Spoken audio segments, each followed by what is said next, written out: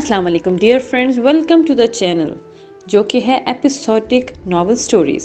Dear friends, اس channel میں آپ کو ملیں گی بہت ہی اچھوتے ناولز، بہت ہی دلچسپ کہانیاں اور رومانٹک ناولز۔ سو ہمارے ساتھ رہیے، اور اس سے پہلے کہ ہم اپنی کہانی کا آغاز کریں، اس چینل کو لائک کر دیں، اس چینل کو سبسکرائب کر کے بیل کا آئیکن ضرور پریس کر دیجیے گا تاکہ ہمارے چینل سے آنے والے ہر نیو نوٹیفیکیشن کی خبر سب سے پہلے آپ کو ملے۔ اعتبار اور اس کی قسط نمبر ہے 17۔ وہ کمرے میں اکیلے بیٹھے خاموش آنسو بہا رہی تھی۔ یہ پہلی بار نہیں تھا، جب بھی اسامہ واپس جاتا تھا کئی دنوں تک وہ ایسے ہی اداس آنسو بہاتی رہتی تھی، اور اب بھی اس کا دل بوجھل ہو گیا تھا۔ میرب بھی اداس تھی۔ فاطمہ بھی اسامہ کو چھوڑنے کے بعد اپنے گھر چلی گئی تھی۔ کتنا عجیب ہوتا ہے نا، کل جو لڑکی اس گھر میں اپنا گھر کہہ رہی تھی، آج وہ بولتی ہے کہ میں اپنے گھر جا رہی ہوں۔ میرب جو اداس بیٹھی تھی، عارف صاحب کے بیڈ پر بیٹھنے پر آنکھوں کے کنارے سے آنسو صاف کرتے بولی، تو میرب یہی تو ہوتی ہے بیٹیوں کی زندگی، پہلے اس گھر پھر اس گھر۔ عارف صاحب نے اپنے گلاسز اتار کر سائڈ ٹیبل پر رکھے۔ عارف، ایسا کیوں نہیں ہوتا کہ ہماری بیٹیاں ہمارے پاس ہی رہیں اور داماد رخصت ہو کر آ جائیں؟ میرب کی بات پر عارف بے ساختہ ہنس دیے، پھر نفی میں سر ہلانے لگے۔ ہا ہا ہا، میرب، فاطمہ کی یاد آپ کو اتنی آنے لگی ہے کہ آپ اس جیسی باتیں کر رہی ہیں؟ ہا ہا ہا، میرب، فاطمہ کی یاد آپ کو اتنی آنے لگی ہے کہ آپ اس جیسی باتیں کر رہی ہیں؟ اس طرح تو میرا دب آپ کے پاس مریم جیسی بیٹی نہیں ہوتی، بلکہ اسامہ بھی نہیں ہوتا، وہ بھی رخصت ہو چکا ہوتا۔ پھر آپ یہ کہتی کہ کاش بیٹی کی جگہ بیٹی رخصت ہوتی۔ جو جیسا ہوتا ہے ویسے ہی ٹھیک ہے، اللہ کا بنایا نظام سب سے بہترین ہے۔ اب آپ مریم سے اور سفیان سے دل لگائیں، اور مریم بھی مجھے بہت اپسیٹ لگ رہی ہے۔ ہاں، وہ اسامہ کی وجہ سے اپسیٹ ہے، اور اسے ٹائم لگے گا نارمل ہونے میں، اور ویسے بھی فاطمہ کے جانے کے بعد گھر اور بھی خالی خالی ہو گیا ہے۔ کبھی نہ کبھی تو رخصت ہونا تھا نا میرب۔ میرب، آپ رو رہی ہو؟ او، ایسے نہیں کرتے میرو، آج نہیں تو کل اس نے رخصت تو ہونا ہی تھا نا، اور حارث نے کہا تو ہے کہ وہ فاطمہ کو ملوانے لاتا رہے گا۔ انہوں نے پیار سے ایک ہاتھ میرب کے گرد پھیلایا۔ کہاں قبول تھا انہیں کہ ان کی بیوی روئے؟ شاید ان کی محبت ہی تھی میرب کے لیے کہ جس کے زیر اثر اسامہ کا یہ رویہ مریم کے ساتھ ویسا ہی تھا۔ اولاد ہمیشہ اپنے ماں باپ سے ہی سیکھتی ہے، اور اسی لیے فاطمہ نے بھی شاید اسی لیے حارث سے بہت زیادہ امیدیں لگا کر رکھ لی تھیں، جیسے وہ اپنے بھائی اور باپ کو دیکھتی آئی تھی۔ عارف، میرا دل پتہ نہیں کیوں بہت گھبرا رہا ہے، مجھے ان خوشیوں سے ڈر لگ رہا ہے، کہیں ان کو نظر نہ لگ جائے۔ زندگی میں غم اور خوشیاں دونوں آتی ہیں، اور اللہ نے ہماری زندگی میں کبھی کوئی غم نہیں دیا۔ مجھے خوف یہ ہوتا ہے سوچ کر کہ کہیں اولاد کا غم نہ ملے۔ وہ بولتے ہوئے رو دیں۔ عارف صاحب انہیں خاموش نظروں سے دیکھنے لگے، اور پھر ایک لمبی سانس لے کر میرب کا رخ اپنی جانب کیا۔ آپ ایسا کیوں سوچ رہی ہیں میرب کہ اللہ ہمیں اولاد سے کیوں غم دے گا؟ مجھے آپ بوکھلاہٹ کا شکار کر رہی ہیں۔ انسان بھی کتنی عجیب چیز ہے، جب اللہ غم دیتا ہے تو انسان اسے مدد مانگنے اور صبر کرنے کی بجائے شکوے کرتا ہے، اور جب وہ خوشیاں دیتا ہے تو اس کا شکر ادا کرنے کی بجائے اپنے مستقبل کے بارے میں پریشان ہوتا ہے۔ جیسا کہ آپ، اللہ کے پاس کس چیز کی کمی نہیں ہے، وہ ہماری ہر طرح کی خوشیاں ہمیں ضرور دے گا، اور اولاد کو بھی خوشیاں دے گا، وہ بھی بے حساب دے گا۔ میرب روتے ہوئے اس بات میں سر ہلا گئی، اور اب سب کی طرح میں بھی آپ کی رونے کی وجہ سے اداس ہو چکا ہوں۔ جلدی سے مسکرا کر دکھائیں۔ میرب نب آنکھوں سے مسکرا دی۔ مسکراتے ہوئے میرب نے انہیں دیکھا، اور میرب کو ایسا لگا جیسے وہ اپنے آنسو اپنے اندر اتار رہے ہوں۔ بظاہر وہ خود کو نارمل ثابت کر رہے تھے، مسکرا رہے تھے، مگر میرب کو ان کی آنکھیں نم لگ رہی تھیں۔ کیا ہوتا ہے مرد، باپ کی صورت میں بچوں کو پال کے بڑا کرتا ہے، ان کی تکلیفوں کو دور کرنے کے لیے لاکھ جتن کرتا ہے، اور پھر بیٹے کی صورت میں اپنے ماں باپ کو سنبھالتا ہے۔ جوان ہونے کے بعد بھی ان کی ڈانٹ پر بےزتی محسوس نہیں کرتا، اپنے ماں باپ کی تکلیف میں خود بھی تکلیف میں ہوتا ہے، بہن کا محافظ ہوتا ہے، اور بیوی کے لیے اس کا سب کچھ کتنا مضبوط بنایا ہے اللہ نے۔ مرد کو ہر مشکل میں تکلیف ملنے کے بعد بھی اپنے گھر والوں کے سامنے مسکراتا ہے تاکہ وہ مطمئن رہیں۔ ایسا نہیں کہ اسے رونے نہیں آتا، اللہ نے اسے عورت کی نسبت بہت مضبوط اعصاب کا مالک بنایا ہے۔ ہیلو، روکھا احسان جتانے والا انداز۔ کیا بات ہے ڈیڈ، لگتا ہے آپ کا موبائل خراب ہو گیا ہے جو موم کا موبائل لیے گھوم رہے ہیں۔ میٹھا سا طنز جس کا الیاس صاحب پر کوئی اثر نہیں ہوا۔ کوئی کام کی بات ہے تو کرو، میں مصروف ہوں، دوسروں کی طرح فارغ و عوام ہرگز نہیں ہوں۔ ایک بار پھر مصروف انداز میں کہا، اور ساتھ ہی طنز بھی کیا۔ ارم اپنی ہنسی دبا گیا۔ ہاں، کام تو ہے، پر آپ سے نہیں، موم سے۔ کیا آپ میری بات کروا سکتے ہیں؟ سوری ارم الیاس، دراصل میں اپنی بیوی کا محافظ ہوں، اور اسے فتنوں کے شر سے بچانا میری ذمہ داری ہے۔ جو کام ہے مجھے بول دو، مناسب لگے تو اپنی بیوی کو بتاؤں گا۔ ارم نے فون کان سے ہٹا کر اسکرین کو دیکھا اور ہنستا چلا گیا. کیا ڈیڈ اتنی ڈرپوک ہیں آپ؟ سیریسلی؟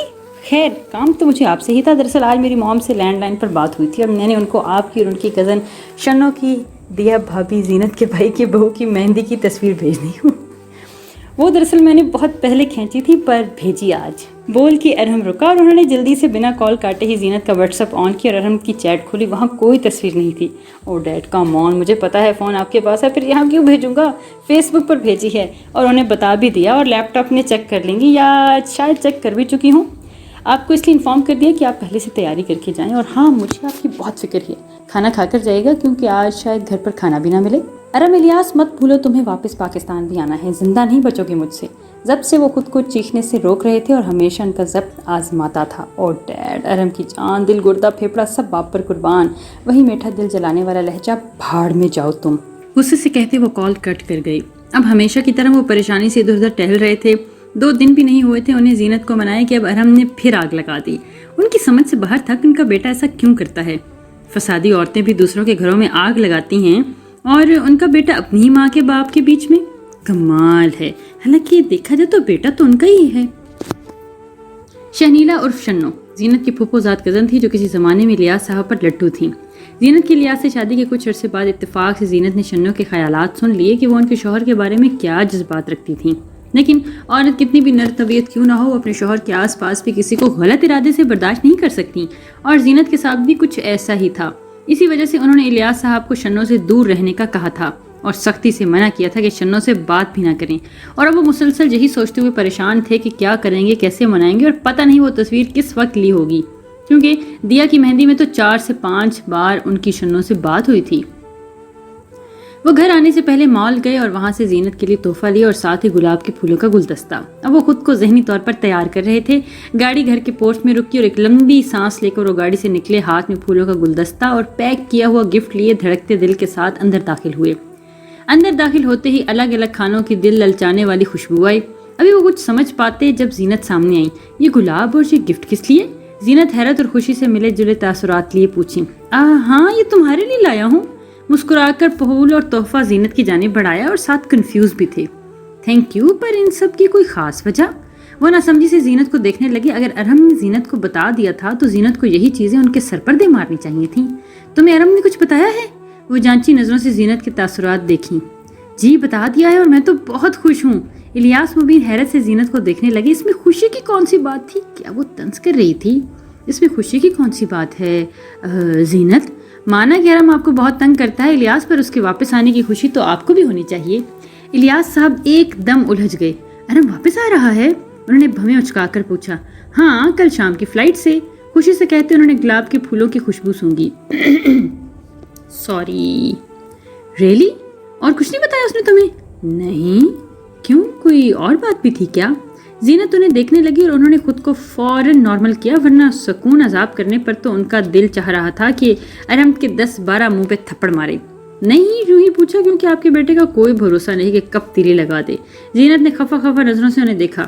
میں فریش ہو کر آتا ہوں. ارہم کی کال آنے سے لے کر اب تک وہ پریشان تھے اور اب سکون کے سانس لیتے وہ شکر ادا کرنے لگے.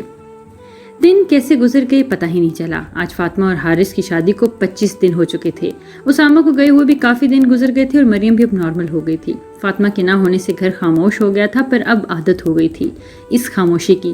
فاطمہ ایک دن چھوڑ کر ایک دن میکے ملنے آتی تھی حارث کے ساتھ، اور کبھی کبھی حارث اسے صبح چھوڑ کر جاتا اور واپسی میں اپنے ساتھ لے آتا. ان گزرتے دنوں کے ساتھ سب ٹھیک رہا. فاطمہ اور سندس کی بھی بہت اچھی دوستی ہو گئی تھی، لیکن گزرتے دنوں کے ساتھ تہمینہ کے رویے میں بہت فرق آ گیا تھا. وہ بات بات پر فاطمہ پر طنز کرنے لگی تھیں، اور جو پہلے تو نہیں پر فاطمہ محسوس کرنے لگی تھی. البتہ حارث کا رویہ آج بھی اس کے ساتھ پہلے دن جیسا ہی تھا. کبھی کبھی ماؤں کو لگتا ہے کہ بیوی آنے کے بعد شوہر ان کے ہو جاتے ہیں، پر وہ یہ بھول جاتی ہیں کہ وہ بھی کسی کی بہو اور کسی کی بیٹی رہ چکی ہیں، اور کسی کی بیوی بھی. شاید بیٹی تو پھر باپ کی ہی ہوتی ہے، لیکن شوہر کی محبت اور توجہ پر بیوی کا حق ہوتا ہے. ایک اسی رشتے سے جڑ کر تو وہ اپنا سب کچھ چھوڑ کر ان کے ساتھ رہ رہی ہوتی ہیں. ارہم آج واپس آ رہا تھا، اس لیے الیاس صاحب گھر میں آتے ہی منہ بنا کر بیٹھے تھے، اور ان کا مکمل ارادہ تھا ارہم کو اپنی ناراضگی دکھانے کا. آج کھانا بھی ارم کی پسند کا ہی بنا تھا۔ وہ لیونگ روم میں منہ بنائے بیٹھے تھے اور زینت بھی خوشی سے بیٹھی انتظار کر رہی تھی ارم کا۔ ارم نے کسی کو بھی لینے سے آنے کے لیے منع کیا تھا اور وہ بھی انتظار ہی کر رہے تھے جب پورچ میں گاڑی آ کر رکی۔ زینت اٹھی اور اپنے ساتھ الیاس صاحب کو بھی اٹھایا اور پورچ میں آ گئی۔ ارم گاڑی سے اتر کر مسکراتے ہوئے زینت اور الیاس صاحب کی جانب آیا۔ پہلے زینت سے ملا اور پھر الیاس صاحب کے پورے گال پر کس کر کے ان سے ملا۔ الیاس صاحب اس کی اس حرکت پر مسکرائے تو وہ فوراً مسکراہٹ چھپا گئے۔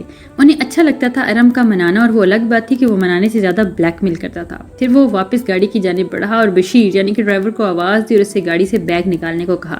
پھر ایک کے بعد ایک بشیر نے 4 بیگ نکال کر رکھے۔ زینت اور الیاس صاحب نے حیرت سے اسے دیکھا اور مسکرا کر نظریں چرا لیں۔ الیاس صاحب سمجھ نہ سکے وہ دبئی بزنس پروجیکٹ پر گیا تھا یا پھر شاپنگ پر۔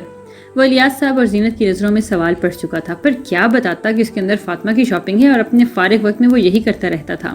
ابھی نہیں، پہلے وہ فاطمہ کے بارے میں بتاتا۔ پھر ارم نے بشیر کو ان میں سے 3 بیگ اس کے روم میں رکھنے کو کہا جو اس نے تیار کروایا تھا، باقی ایک اپنے روم میں، اور پھر زینت اور الیاس صاحب کے ساتھ اندر بڑھ گیا۔ اب وہ بالکل بھی دیر کرنے کا ارادہ نہیں رکھتا تھا۔ یہ 2 مہینے بھی اس نے کیسے انتظار کیا یہ وہی جانتا ہے۔ وہ فریش ہونے کا کہہ کر اپنے روم میں چلا گیا۔ زینت نے بھی اس سے کچھ نہیں پوچھا، وہ بس سوالیہ نظروں سے الیاس مبین کو دیکھ رہی تھی اور ان کا سوال الیاس صاحب بخوبی سمجھ رہے تھے، اس لیے مسکرا کر اس بات میں سر ہلا دیا۔ زینت بھی مسکراتے ہوئے ٹیبل سیٹ کروانے چلی گئی۔ انہیں معلوم تھا کہ ارم نے فلائٹ میں کچھ نہیں کھایا ہوگا۔ السلام علیکم۔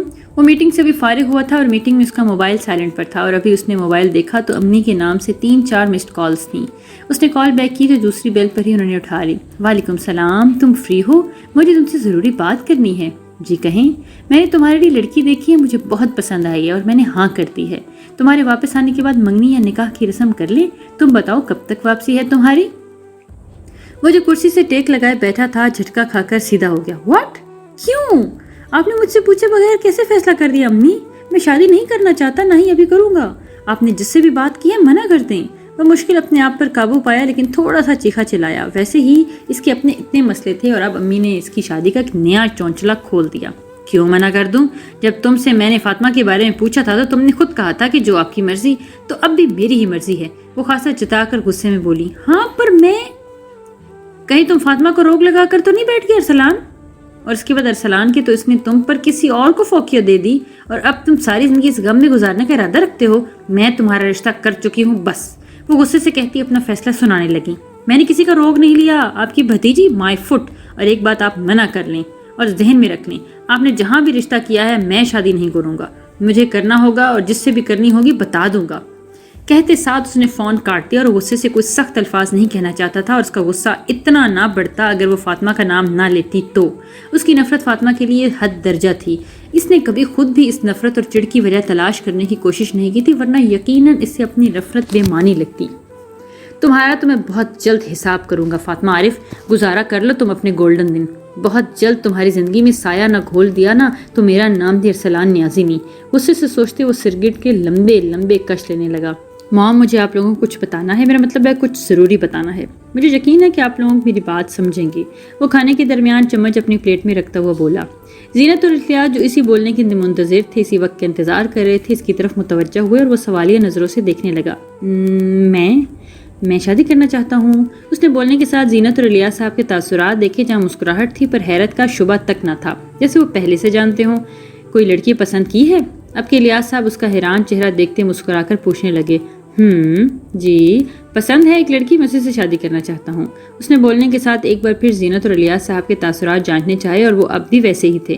ٹھیک، کون ہے؟ فیملی اور بیک گراؤنڈ کا پتہ کیا؟ جی فاطمہ عارف نام ہے، NED یونیورسٹی میں پڑھتی ہے، والد ہارٹ اسپیشلسٹ ہیں اور مدر ہاؤس وائف ہیں۔ ایک بھائی ہے اور وہ آرمی میں ہے، اور بھابھی ہیں اور ایک بھتیجا ہے۔ اسٹیٹس میں ہمارے جتنے نہیں، بٹ پڑھی ہوئی لکھی فیملی ہے۔ ارم نے پوری ڈیٹیل بتائی اور اس نے جیا سے نکلوائی تھی۔ ٹھیک، پر اگر تمہاری ماں یا مجھے کوئی اعتراض ہو اور ہم اس رشتے پر راضی نہ ہوئے تو؟ الیاس صاحب کی بات پر زینت بھی خاموش تھی، جیسے وہ بھی اتفاق رکھتی ہوں اس بات سے۔